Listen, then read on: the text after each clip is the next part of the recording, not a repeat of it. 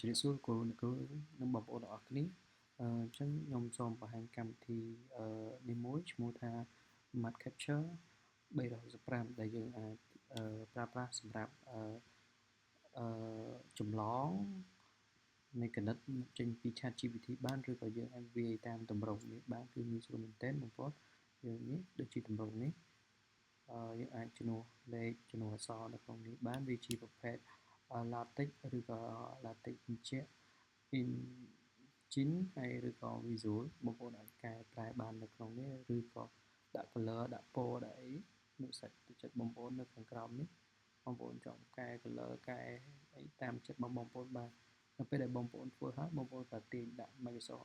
Office របស់បងប្អូនចឹងមកវាចេញមកបងប្អូននេះ Microsoft Office បងប្អូនគឺ Word PowerPoint ឬក៏ Excel បងប្អូនអាចទាញយកដាក់បានគឺវាងាយស្រួលមែនទែនក្នុងការប្រើប្រាស់នេះបងប្អូនខ្ញុំធ្វើរបៀបទាក់ទងជាមួយ copy គណិតចេញពីទម្រង់គណិតចេញពី ChatGPT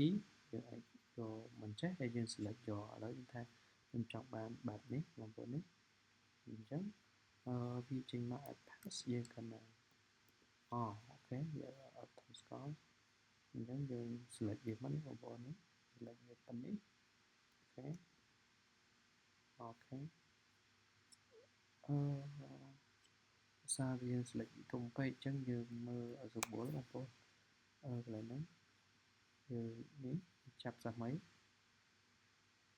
coordinate ចាប់ចេញពីហ្នឹងមកទូចប៉ុណ្្នឹងមកបងប្អូននេះល្មមមកនេះហ្នឹងបងប្អូនឃើញអត់មានខុសទេអញ្ចឹងយើងអាចស្រែស្រង់បានទៅតាមហ្នឹងអញ្ចឹងខាងក្រោមយើងអាចស្រែបានយើងប្រើកម្មវិធីរបស់ខ្ញុំហ្នឹងឬយើងអាចវាយខ្លួនឯងបានបងប្អូនតម្រុងវាគ្រាន់តែបំពេញជួសលេខចូលទៅគឺវាងាយស្រួលប៉ុន្តែយើងអត់ចង់ធ្វើអញ្ចឹងយើងចង់ប្រើវិធីបែបនេះក៏បានដែរវាក៏ងាយស្រួលដែរខ្ញុំលុបនេះ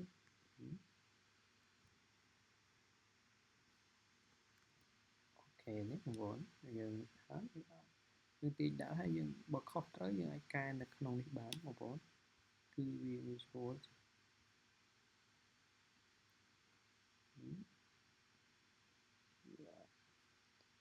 ដោយសារតែនេះវាយើងទាញវាមក align យើងដាក់ print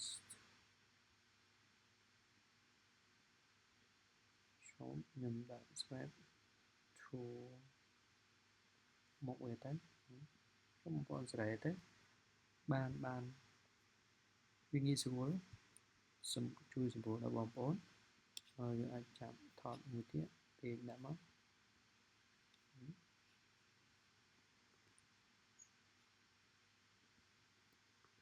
ញ៉ាំបងមកអញ្ចឹងវាត្រឹមត្រូវស្រែទៅតាមអ្វីដែលបងប្អូនចង់បានទៅគឺវាដល់បងប្អូននេះក៏ជា sample មួយដែលបងប្អូនអាចធ្វើបានបងប្អូននេះបងប្អូនអាចរកទម្រង់នេះហើយបងប្អូនអាចវាយខ្លួនឯងបានបើសិនជាបងប្អូនចង់ copy ចម្លងអញ្ចឹងមានច្រើនបងប្អូនអាច search ទៅសម្រាប់រូបមន្តអីគេ